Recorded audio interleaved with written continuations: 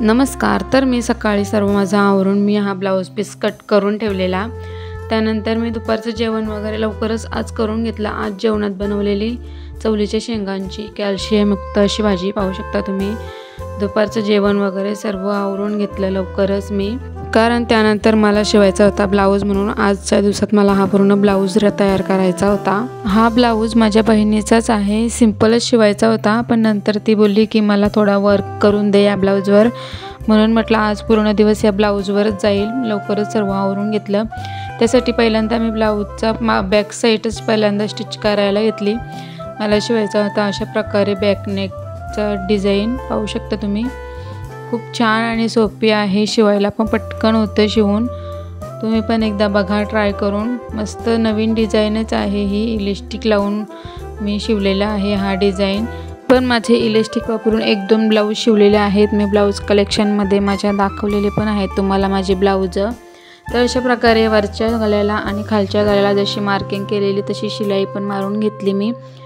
त्यानंतर मी ते सर्व साईडचं शिलाई मारून झालेलं साईडचं कट करून घेईन आणि त्याला छोटे छोटे असे कट मारून देईन, जेणेकरून आपल्याला जसा शेप हवा आहे तसा शेप पण येईल। या ब्लाऊजला स्टिच करायला मला काही जास्त वेळ नाही लागला, पण जे स्लीव्जला मी ज्या मण्यांच्या अशा चेन करून सोडल्यात त्यांनाच खूप वेळ लागला। तर मी इथे छोटे छोटे कट दिलेले, त्यानंतर मी तो पूर्ण उलटा करून घेतला। पाहू शकता तुम्ही व्हिडिओत दाखवल्याप्रमाणे अशा प्रकारे सर्व उलटा करून घेतला आणि त्याच्यावर पुन्हा एकदा शिलाई मारून दिली, डाब शिलाई। पाहू शकता तुम्ही अशा प्रकारे उलटा करून घेतला मी आणि त्यानंतर वरच्या गळ्याला आणि खालच्या गळ्याला अशा प्रकारे दाब शिलाई देऊन घेतली। शिलाई वगैरे मारून झाल्यानंतर मी जेवढा वरचा आता मला खाली गळ्याला इलास्टिक वापरायची आहे कमरपट्टी साईडला, पाहू शकता तुम्ही याच्या पुढे नंतर, म्हणून वरचा जेवढी उंची हवी होती तेवढीच उंची ठेवून बाकीचा खालून मी सर्व कट करून घेतला अंदाजाप्रमाणे मापानुसार। पाहू शकता तुम्ही अशा प्रकारे कट करून घेतला मी, कारण तिथे मला इलास्टिक वापरायचा होता। त्याच्यासाठी मी ब्लाऊज पीसची अशा प्रकारे 4.5 इंचाची पट्टी कट करून घेतलेली आणि त्या पट्टीला मी अस्तर अशा प्रकारे जोडून मी फिनिशिंगच करून घेतलेली त्या पट्टीची, कारण त्याला मला लावायचा होता इलास्टिक मी हा 1 इंचाचाच घेतलेला असा मजबूत, कारण त्याच्यामुळे आपल्याला फिटिंग पण मस्त अशी येईल। पाहू शकता तुम्ही अशा प्रकारे खिचून घेतलेला मी त्या पट्टीच्या अर्धा होईल असा इलास्टिक घेतलेला मी।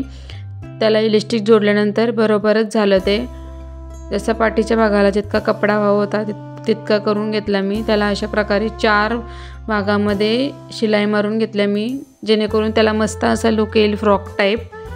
तुम्ही पण एकदा ट्राय करून पहा, एवढा काही वेळ लागत नाही आणि एकदा शिवायला घेतल्यावर बरोबर जमतं।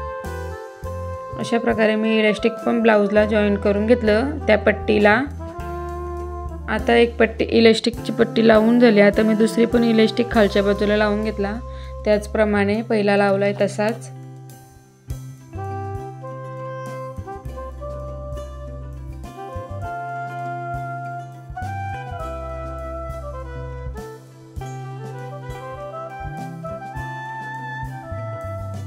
इथं आपले आता इलास्टिक लावून झालेला आहे ब्लाऊजच्या पट्टीला त्या। आता मला हा मागच्या भागाला जॉईन करायचा आहे, पण त्या अगोदर ज्या मागच्या भागाला मी लेस वापरली नव्हती, सिंपलच अशी लेस वापरायची होती, कारण तिला असा जास्त पण भरगच्च नको होता। त्यासाठी पाहू शकता तुम्ही अशी छोटीशीच लेस वापरलेली आणि नंतर मी व्यवस्थित असं मेजरमेंट घेऊन ही इलास्टिकची पट्टीसुद्धा ब्लाऊजला जॉईन करून घेतली। पाहू शकता तुम्ही मस्त असं लुक आलेला फ्रॉक टाईप। याला मागचा टक्स नव्हते लावले मी, म्हणजे शिवले, कारण त्याची काही एवढी गरज पण नव्हती इलास्टिकच्या मुलं। इथे आपला आता ब्लाऊजचा मागचा भाग रेडी आहे। इथे ब्लाऊज शिवता मध्येच माझी सुई तुटलेली मशीनची, अशी सुई तुटली किंवा मशीनचा धागा निघाला किंवा खालच्या बॉबिन्सचा असा धागा संपणे, हे असं काय झालं का खूपच कंटाळा येतो मध्ये। तर माझा इथे ब्लाऊज पूर्ण शिवून झालेला, पुढचा भाग आणि स्लीव्ज पण माझी रेडी करून झालेली। मी आता इथे फिटिंग करत होते ब्लाऊजला। फिटिंग झाल्यानंतर मला या ब्लाऊजच्या स्लीव्जला थोडं डिझाईन करायचं होतं, काहीतरी सिंपलच।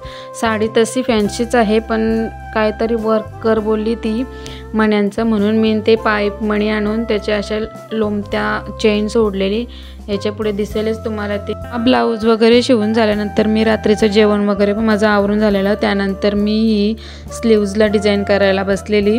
पाहू शकता तुम्ही मी जेमतेम 2 ते 2.5 इंचाची अशी मण्यांची चेन बनवून घेतलेल्या पाईप मण्यांची आणि त्याला ब्लाऊजला अशा प्रकारे मध्ये अशी स्क्वेअर टाईप एम्ब्रॉयडरी ब्लाऊज पीसलाच पहिल्यापासूनच त्याला मी अशी जॉईन करून घेतल्या त्या।